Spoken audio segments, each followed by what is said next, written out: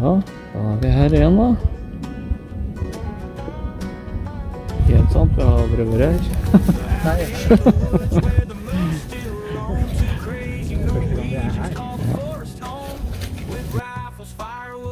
And a podcast mic, they speak the truth around the flames at night.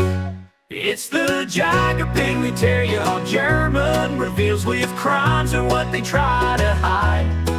Prepping beans while the world goes blind, Agenda 2030 zombies. Ja, da er vi I gang. We're armed with facts, guns and freeze-dried Håper vi I hvert fall. Vi kommer garantert til å høre mye fuglelyder og sånn da, for dette så inne I villmarka på den måten at det veldig sjelden folk der og sånn.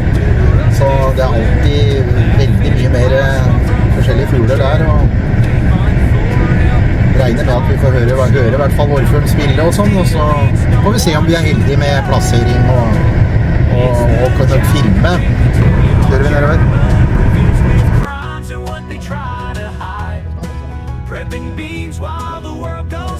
Agenda 2030 zombies ain't taking our kind. We're armed with facts, guns and freeze-dried meals, campfire secrets, survival skills and God's grace. Jakthytte hvert øyeblikk. Der vet du. No cell signal, no vaccine pass, just a bug out back and a jug of gas. If it all goes down, they're heading north, where the bears are meat and the truth comes forth. It's the Jagger Ping, Louis last stand with shotgun compass and a bug out plan. They warned us all, now it's time to see who's ready for the end of the world.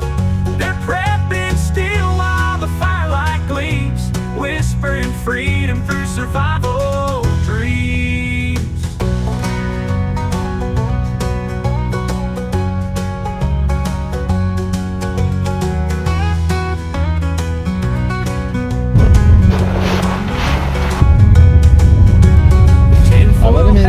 With a rustic flare, laughing at clouds swap from a folding chair. They hunt for elk and talk real slow about the plans the elites don't want you to know.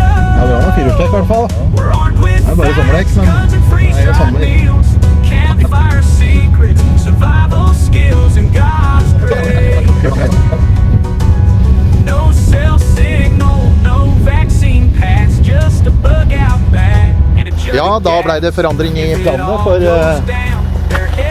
rundt svingen og på oversida der så klarte vi ikke å komme igjennom med, det jo sommerdekk, for at sommerdekka skulle jo byttes for lengst. Så vi kom oss rett og slett ikke gjennom der. Den egentlige veien vi skulle kjøre hadde nok vært bart, men der var det bom. Så da blir det forandring I planene, så får vi se om vi finner en annen plass. Da får vi ikke kommet inn til den idealplassen, men vi skal sjekke opp. Da skal vi bevege oss litt tilbake på den veien vi endte opp og måtte gi opp. Vi prøvde flere ganger her å komme gjennom snøpartiet, men firehjulstrekk jo bra, men sommerdekk sommerdekk uansett når du kommer på skikkelig vinterføre. Bratt der, og det hella jo ned på begge sider, altså, ikke sant? Det så lett å kunne endt Det var ikke verdt det. Endt på siden. Nei, det var det ikke. Det gikk ikke det. Nei, altså hvis den skulle prøve noe mer, så måtte den tatt så risiko at den kunne endt ned I grøfta der, og det var ikke verdt. Nei. Men for oss da har det ikke noe egentlig. Det en bonus hvis det viser seg å være tiurleik der vi camperer, men hovedsaken å komme seg ut og campere. Det jo på denne tida så det som regel et veldig myriader av fuglelyder og så ut som det kunne være noen fine plasser ved det vannet altså. Vi må bare gå et lite stykke inn, men det jo ikke så langt fra der. Vi jo på sånne nærmest skogsveier her nå.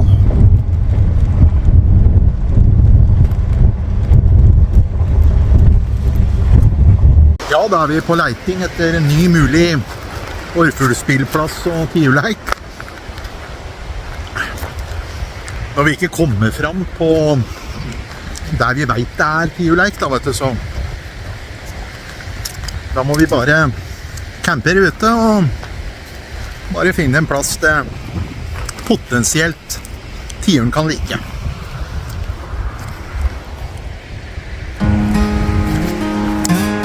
Vi sjekket en sidevei her, men jeg tror vi Out fant in the woods, en mer ideell plass. Vi kan gå inn til. two crazy Norwegians call the forest home.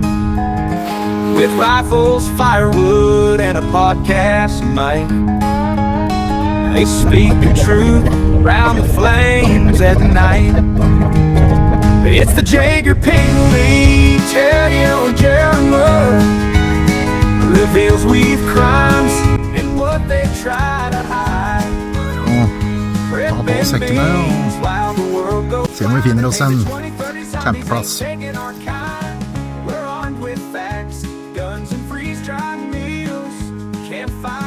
Ser I hvert fall at en del av de fuglene her bærer preg av å ha vært beita på tiur. Da blir de liksom flatere på toppen. Sånn den. Den.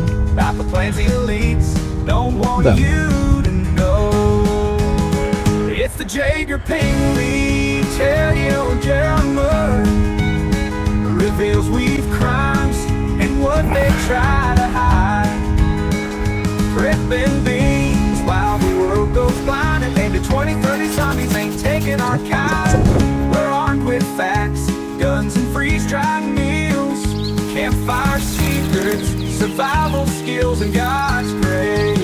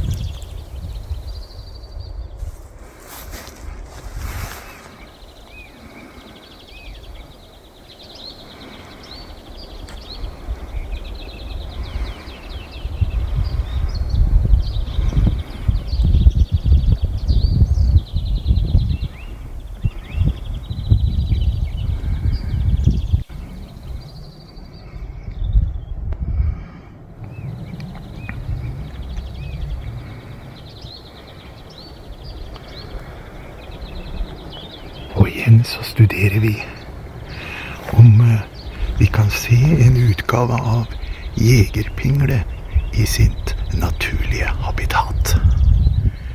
Ja, se. Hvis vi ser nøye, så ser vi han stikker fram mellom buskene. Der kommer han. Den ene jegerpinglen I sitt naturlige habitat.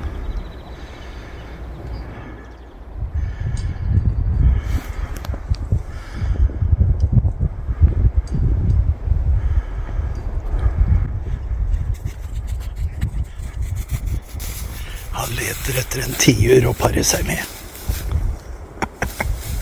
Da teltet slått opp med kamuflasjenett over. Det viktig å gjøre det I god tid før ettermiddagen I tilfelle tiuren kommer og undersøker stedet. Koselig campplass her nå da. Skal vi sette opp kamera mens jeg lager litt campmat.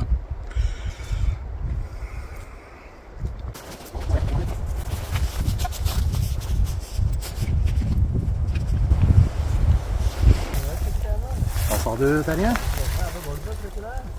Hæ? Ja, det bruker alltid å være grønt på gulvet I telt. Jeg har aldri vært bort I telt som det ikke det.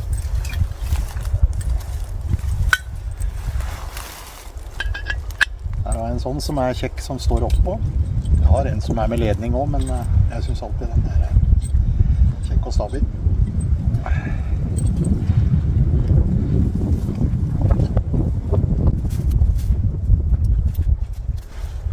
Glemte jeg vel å filme noe av teltoppsettet.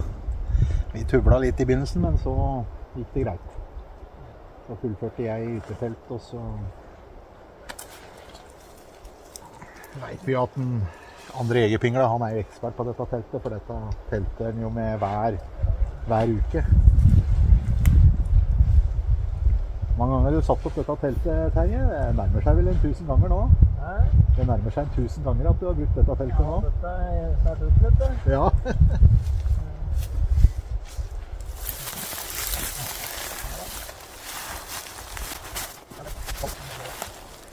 På menyen i skauen her i kveld så står det biffsnadder med peppersaus.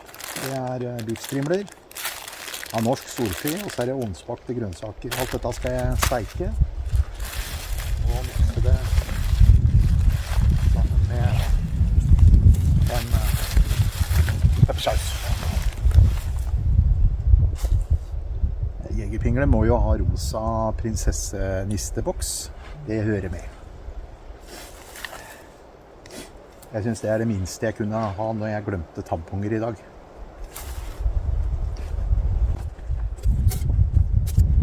Det er noe som kommer med den resten, at det er lov å trekke seg.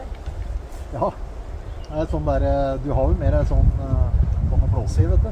Ja, jeg har det. Boks med litt. Jeg har et blåse, så jeg kan ikke det. Mais er også godt til biffen.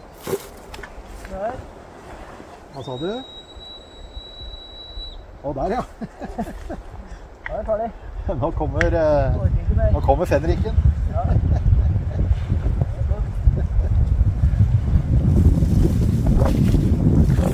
Stor og peppersaus.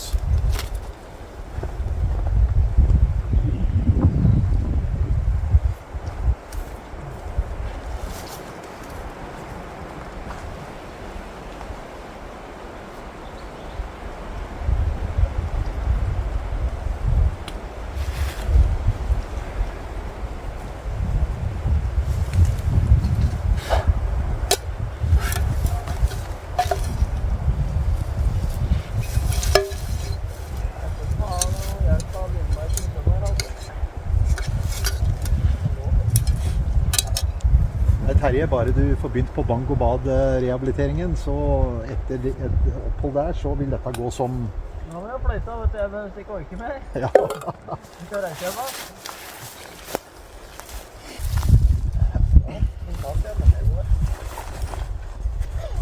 Der var det faktisk... Det er da teltet her også. Ja, ja, ja. Den celleantenneren på primusen, den ser ut som har ryket.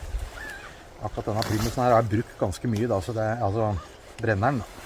Jeg vet ikke hvordan du skal sette den opp, tror jeg. Det er gass. Og så på koppene løvrisen, vet du. Kommer ut av. Her, vet du. Ja, det var ikke bare, ser du. Jeg leker ikke. Nei.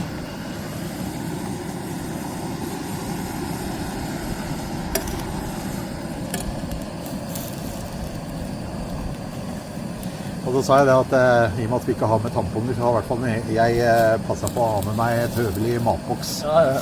Rosa prinsesse. Vi er sponset, vet du, organisasjon. Nei, jeg gjør ikke det. Oi! Jeg synes jeg har tatt imot derfra igjen.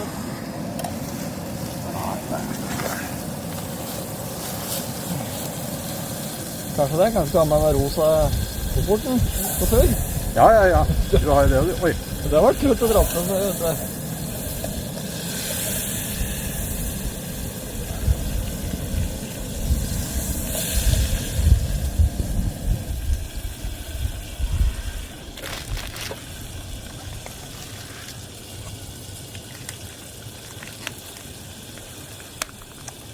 Jeg som klarte å glemme å putte på salt og pepper, da. Skal jeg ha med det? Var ikke med det? Nei. Men jeg har peppersaus, da. Ja, det fungerer. Så det blir jo smart på det. Kan Det er bare, uansett hadde jeg salt og pepper av biffen. Kan hende jeg har noe, da. Ja, hvis du har det, så... Jeg vet ikke. Jeg har passet i 14 der, vet du. Jeg husker ikke dette for det, men vet du. Nei.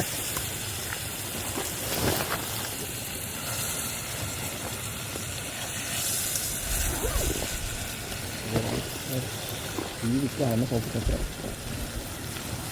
Altså, jeg steiker det jo i meirismør da, som det er salt i. Det fungerer. Og så har jeg med meg til å lage smellig peppersaus til slutt. Ja.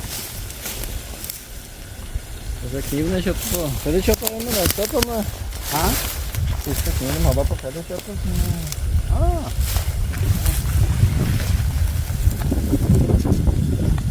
Hva står det? Oi, den var fin. Jeg vet ikke hva som står der på.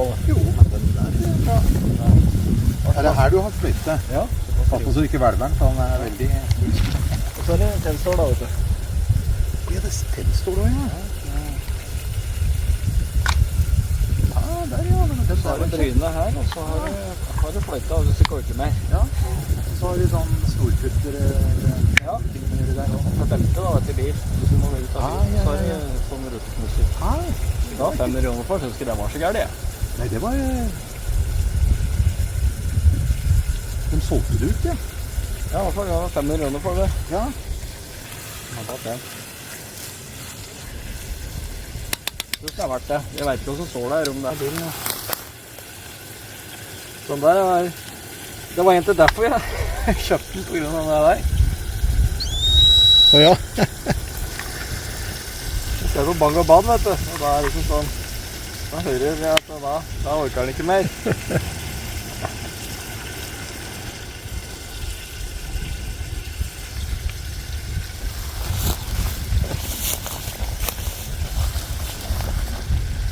Da var det litt av feiring nå da, på 5000. Ja. Det er nesten så vi passerer 6000 innen vi feirer. Ja, det er vel 6 snart.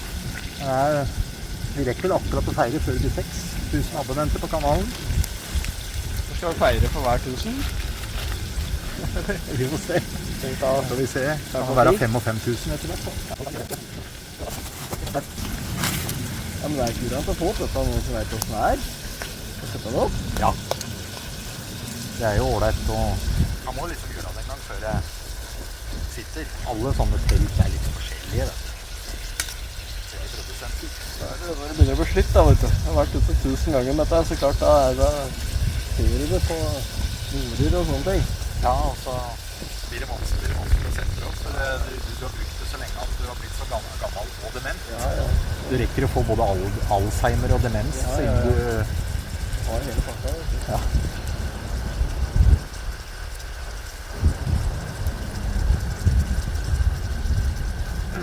Så er det viktig da å ha en liten gren for lykke i gryta. Eller kanskje enda bedre, men da. Dette var kanskje... Det gikk litt den her. Gikk det godt da. Ta pølse til kvelds da.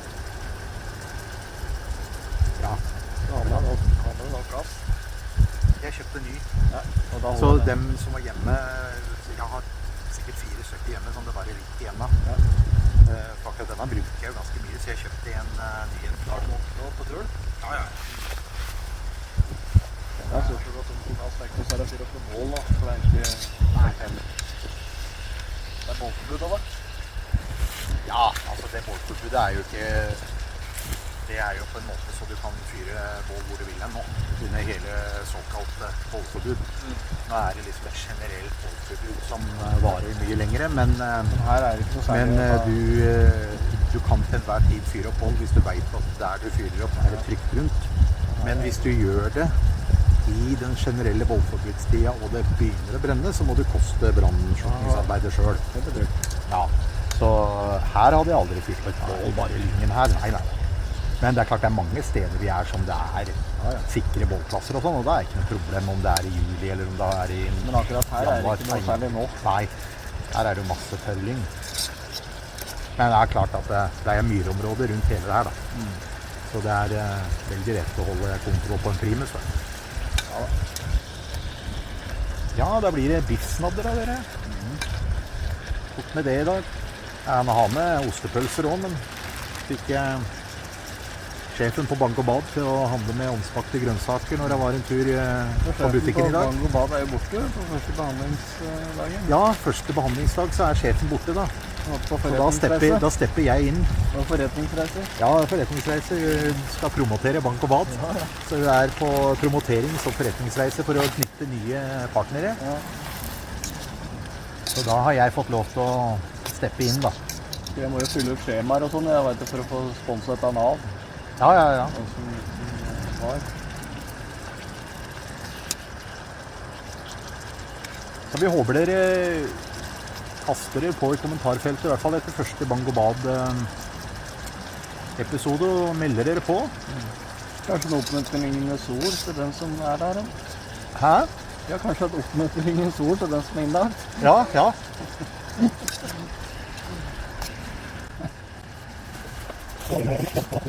Ja, vi satser alt på et kort her nå. At det kommer. Ja, nei, altså enten kommer, eller så om det kommer eller ikke kommer, så har vi fin campplass her, Ja, da. det er det jeg mener. At Ja. vi satser på at det kommer her vi er nå. Ja, vi bytter ikke camp nå i dag.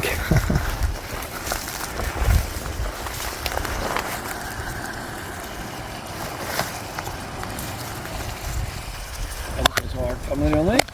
Ja, den så det ut, den. Stikker med, så det er ikke så stort.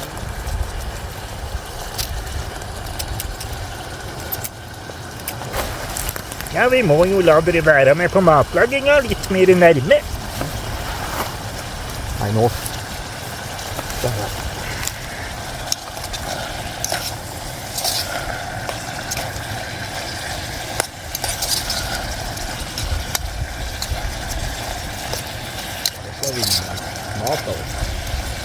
Det blir godt, dette her, da. Tror det. Det er liksom han trenger ikke bare hammepølse hver gang, ikke sant? Det er Det er godt enkelt, ja. Ja da. Det er ganske enkelt å smelle sammen noe sånt på hvis du har noen ferdige poser med noe.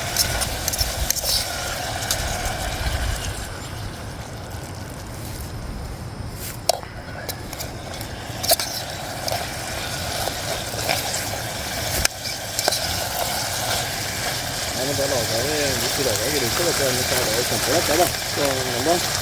Ja. Sterke innholdet på den da, vet du. Ja.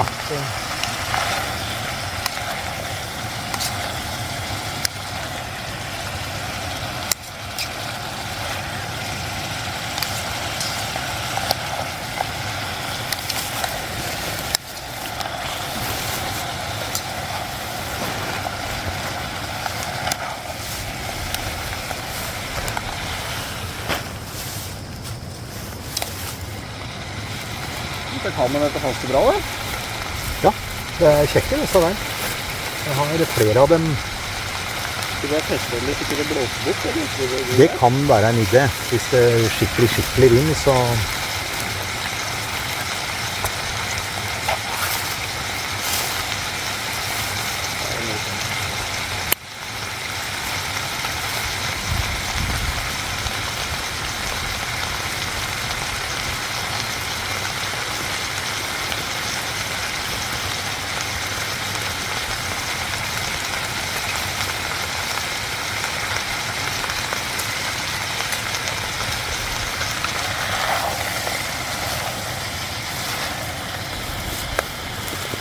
Det holder ikke at det bare fester og knyter her, vet du, egentlig. Ja, absolutt. Ikke fester bare ut heller.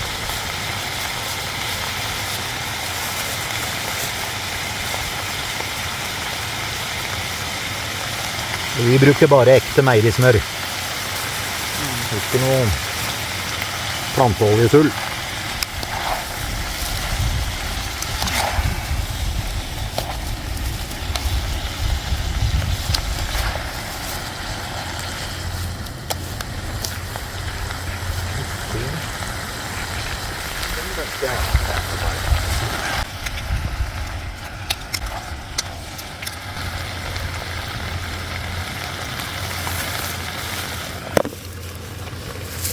Har du med ekstra avskjøtt?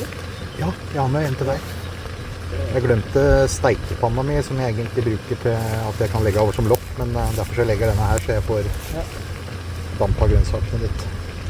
Nei, nå bruker jeg rikelig med meierismør også, så det blir jo god smak av det også. Og så har jeg med meg både den, og så har jeg med meg forhåpentligvis. Her, ja. Ikke bare melk. Jeg tok melk, lettmelk blandet med fløte. Så vi får litt. Det er spennende, dette.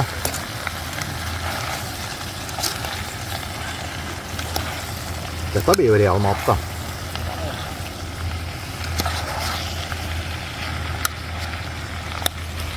Ser her.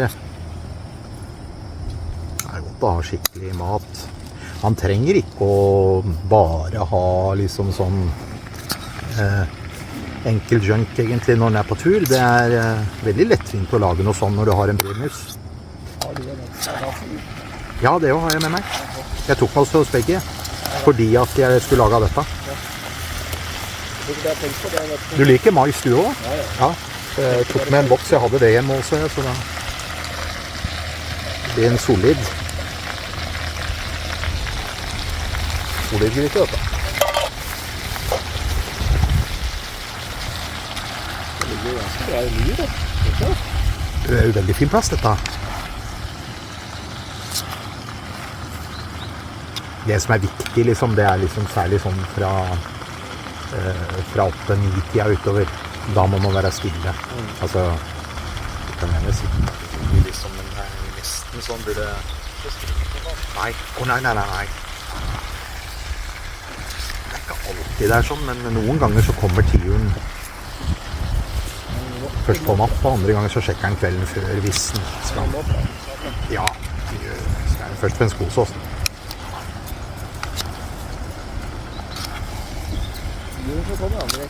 Ja.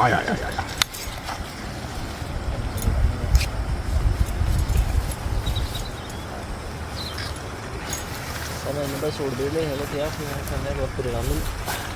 Ja.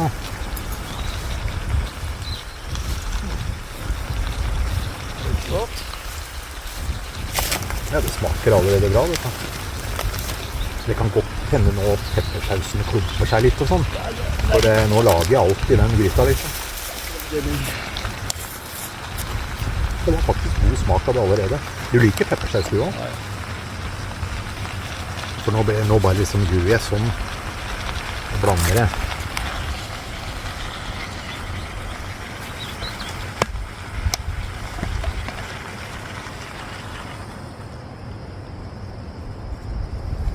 Så skal den ha ca. 1 dl med vann. Jeg har målt opp akkurat da. Det er 2 dl med melk. Jeg tok 1 dl fløte og 1 dl lettmelk. Hæ? Ja, jeg har... Vi må stå i stil her. Her er det prinsessematboksen min rosa, så har jeg rosa prinsessetermos. Det er politisk korrekt så langt det går. Ja, vi...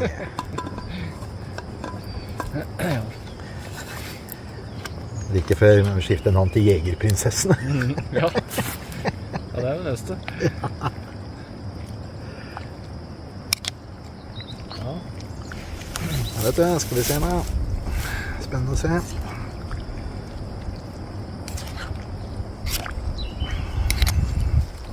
Da får vi i hvert fall sponsor hjemme. Ja. Da blir det fart i sponsing av folk. Nei, vi får la det være. Ja, jeg tror det.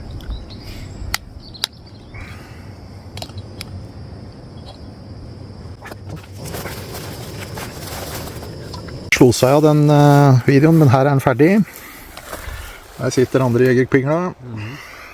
Sitter jeg, nå skal vi kose oss med biffsnadder i peppersaus i naturen.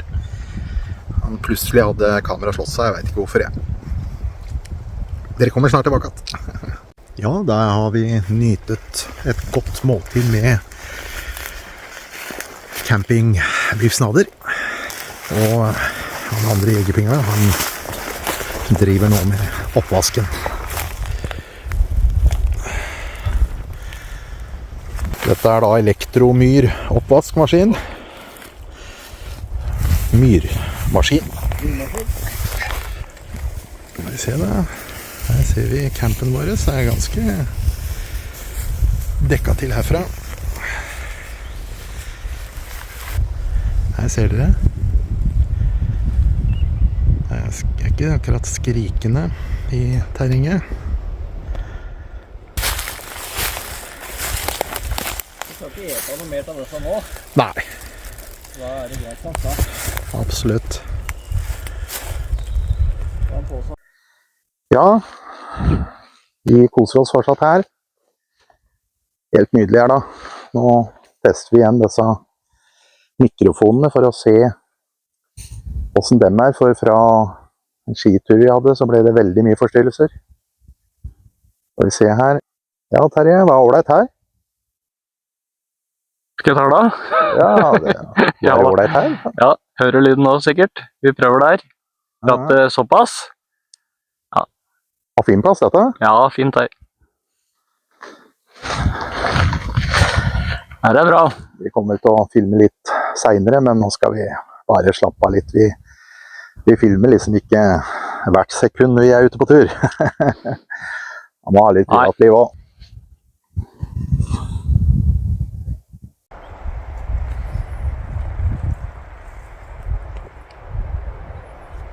Og her ser vi en av jegerpinglene i sitt naturlige habitat. Han sitter og venter og håper på en orrhøne. Er det noen orrhøne for meg, tenker han, mens han tar seg en jegerpinglekopp. En orrhøne som er hans soulmate orrhøne. Ja, du ser han tenker. Han tenker. Derfor er han. Ja, vi koser oss her på tur da. Og en i jegerpingla kommer tilbake at han har vært og etterlatt vannet. Ja. Lyden nå. Begynner å komme mer og mer fuglelyder.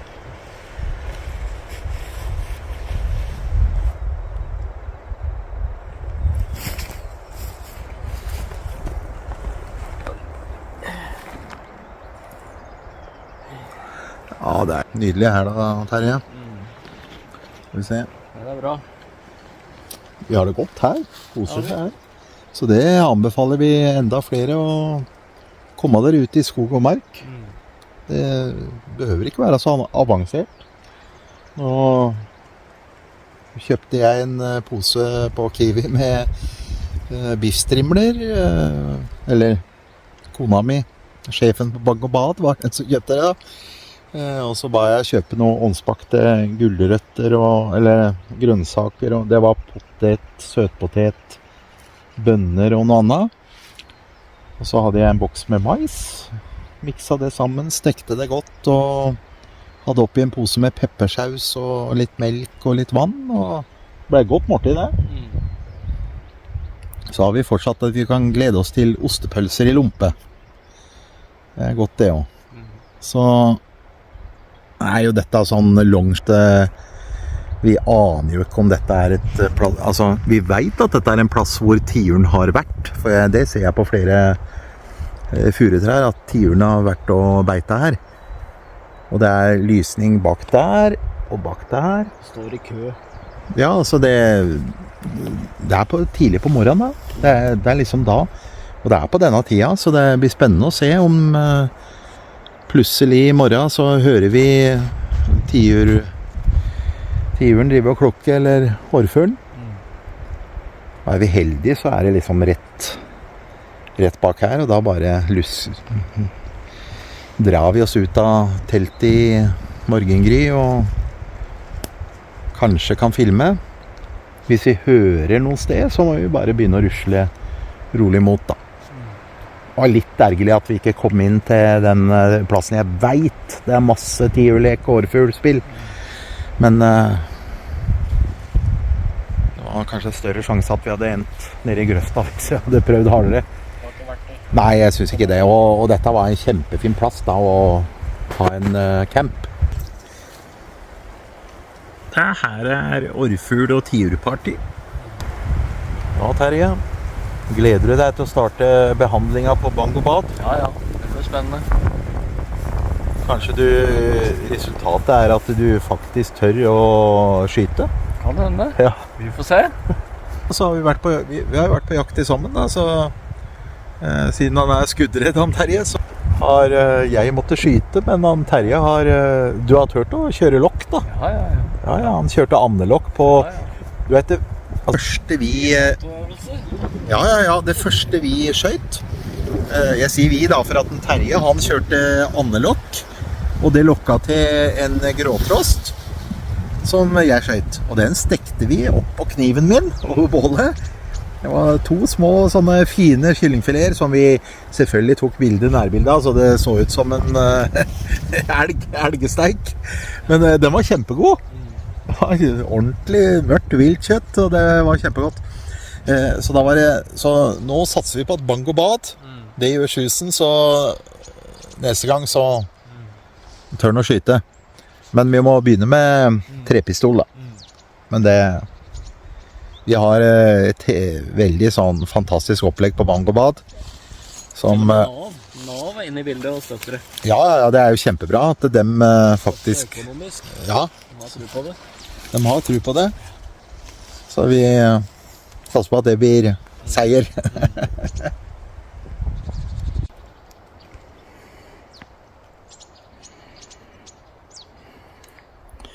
Out in the woods where the moose still roll. It's the Jegerpingle.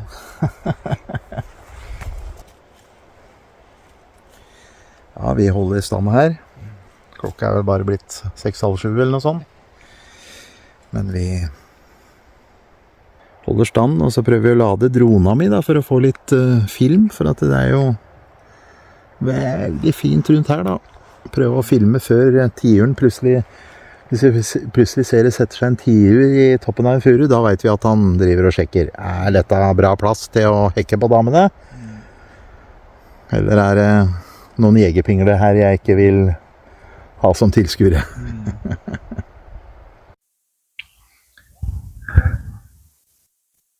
Jeg vet ikke hva Støra driver med her nå.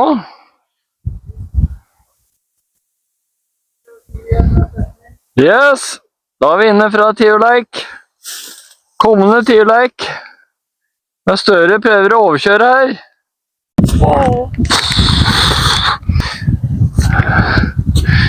Her. Og så er det Støre inne, ja. Der har vi Støre borte. Der.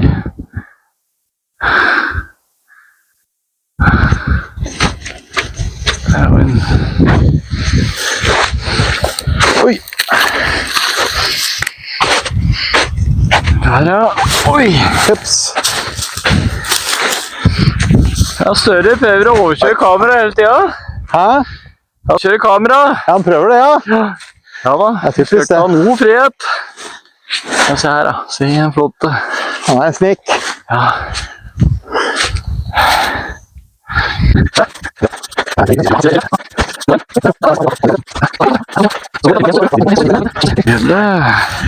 Vi må holde oss her. Se her, ja. Men Terje, Ja, skal vi se hva som er på lysninga der?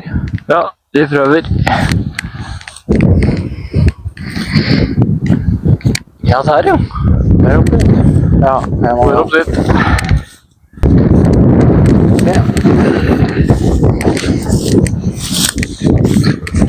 Bare for å opplyse alle seere da, så har vi en 44 Magnum med oss, og så pumpehagle. Den tiuren ble litt for tøft da, jeg tror det. Ja. Så har vi overtaket på den. Ja da.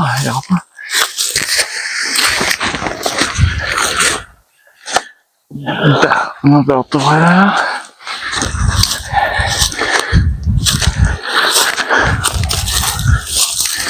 Her er det. Og så er Støre inn og ødelegger, ja. Der.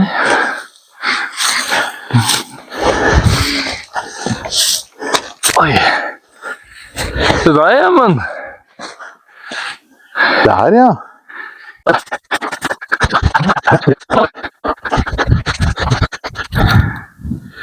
Her er det high-tech stabilisator. Ja. Etter større og PC kommer inn, så da blir det bare tull, vet du. Ja, se her, da. Her kan det bli TIU-like i morgen.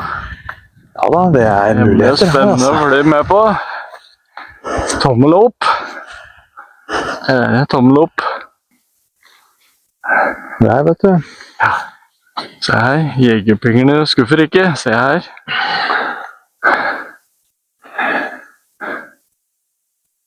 Se. Her, ja.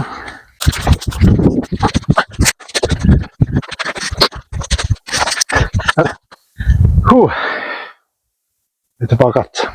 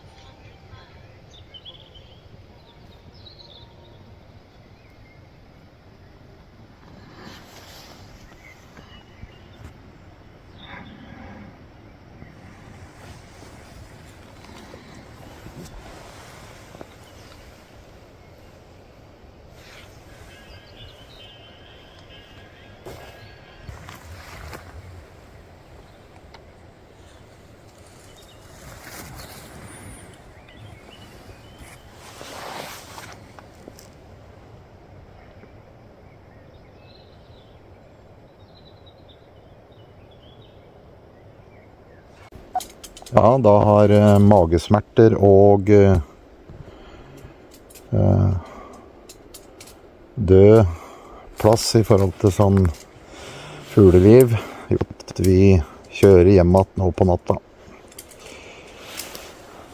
Fikk prøvd ut et telt og fant ut at det står tremannstelt, men det er enmannstelt.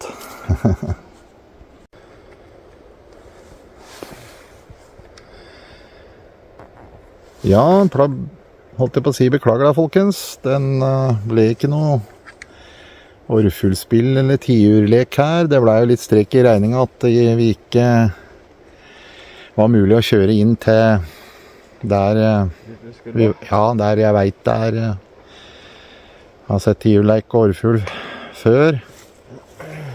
Og så var det enda en strek i regningen at magen min fikk kjempesmerter her. Så vi må bare camper ut, men vi har hatt en fin tur. Koset oss med god mat. Og skautur.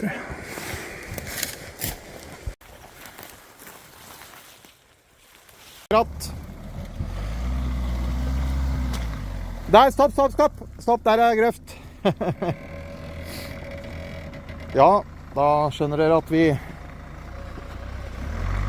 etter å ha gått litt feil, så vi sirkulerte tilbake og fant campen. Jeg hadde heldigvis studert noen furubusker, så peilet vi oss inn mot månen som vi visste var over bilen. Dette er villmarksterreng som er veldig vanskelig og lett å gå seg bort og vanskelig å orientere seg, og enda mer når det er mørkt. Ja, da ble dette avslutningen på denne episoden, men vi liker å holde det virkelig. Vi hadde tenkt at dere skulle få både høre orrfuglspill og kanskje få filmet noe tiurleik eller orrfuglleik, men slik ble det ikke. Jeg fikk magesmerter, og i tillegg så var det veldig dødt der vi var. Det var et veldig fint sted, fikk jo kjempefin camp da, Terje. Men når jeg våkner klokka 12 med intense magesmerter, da... Og det luksusteltet. Ja, telte vi. det var egentlig plass til bare én. Så sant du ikke var 3 anorektikere kunne nok stappes inn der, men når det står tremannstelt, den var misvisende. Det gammelt telt da, vet du, som var sikkert for...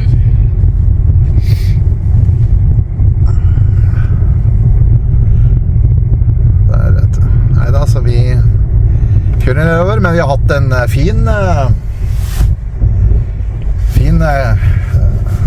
fin tur i skauen da. Absolutt. Koset oss med god mat, beefsnadder og fikk campert klokka. Fint da. Ja. Er du sikker på det? Ja.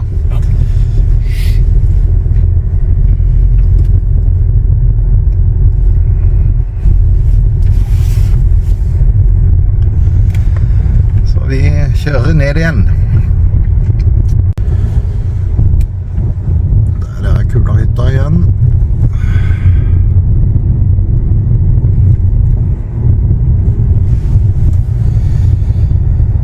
Og klokken er 2:04 på natten. Kjører i 24 timer. Nei, 24 kilometer i timen, men jeg ser. Out in the woods where the moose still roam, two crazy Norwegians call the forest home. With rifles, firewood, and a podcast mic. They speak Ja, vi er inne fra Tiurleik. Kommende Tiurleik. It's the Jagger Penguin Hva skjer da, gutta? German reveals with crimes and what they try to hide. Prepping beans while the Ja. world goes blind. Agenda Han overstyrer 2030 kameraet. zombies ain't taking our Det er kind. bare tull. We're armed with facts, guns and Nei, det er freeze-dried ikke bra. meals. Campfire secrets, survival skills, and God's grace. Tinfoil hats with a rustic flair. Dæven. Laugh Der at har a vi. cloud swap from a folding chair. They hunt for elk and fra talk en real slow fantastisk about the plass. plans Jeg the håper å elites don't want følge you to tidene know. bare, It's the Jagger Penguin Terrier German reveals with crimes and what they try to hide. Prepping beans while the world goes blind. Agenda 2030 zombies ain't taking our kind. We're armed with facts, guns and freeze-dried meals. Campfire secrets, survival skills, and God's grace. No cell signal, no vaccine pass, just a bug out back. Ja, med disse dronebilder så takker vi for følget på denne videoen. Som dere ser så er det litt sånn ubalanse i drona. Det har jeg ikke helt finnet ut av, for det kommer innimellom, særlig når satellittdekningen er litt dårlig. Velkommen tilbake neste gang. Trykk like, subscribe, og fint om dere kommenterer. Ha det godt da! Whispering freedom through survival dreams.